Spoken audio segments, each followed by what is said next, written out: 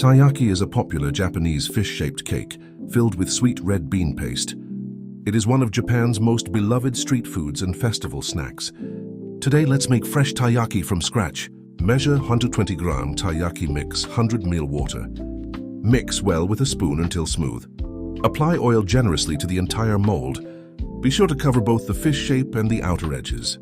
Fill one side of each fish mold about halfway with batter. Turn on the heat. Cook over low to medium heat. Wait until small bubbles begin to appear on the surface. Turn off the heat. Place the red bean paste from the center toward the tail. Divide the filling evenly between the two taiyaki.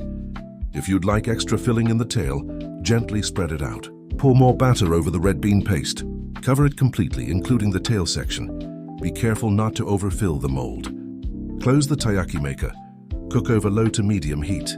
After 1 minute, carefully flip the mold. Flip and cook until both sides are evenly golden brown.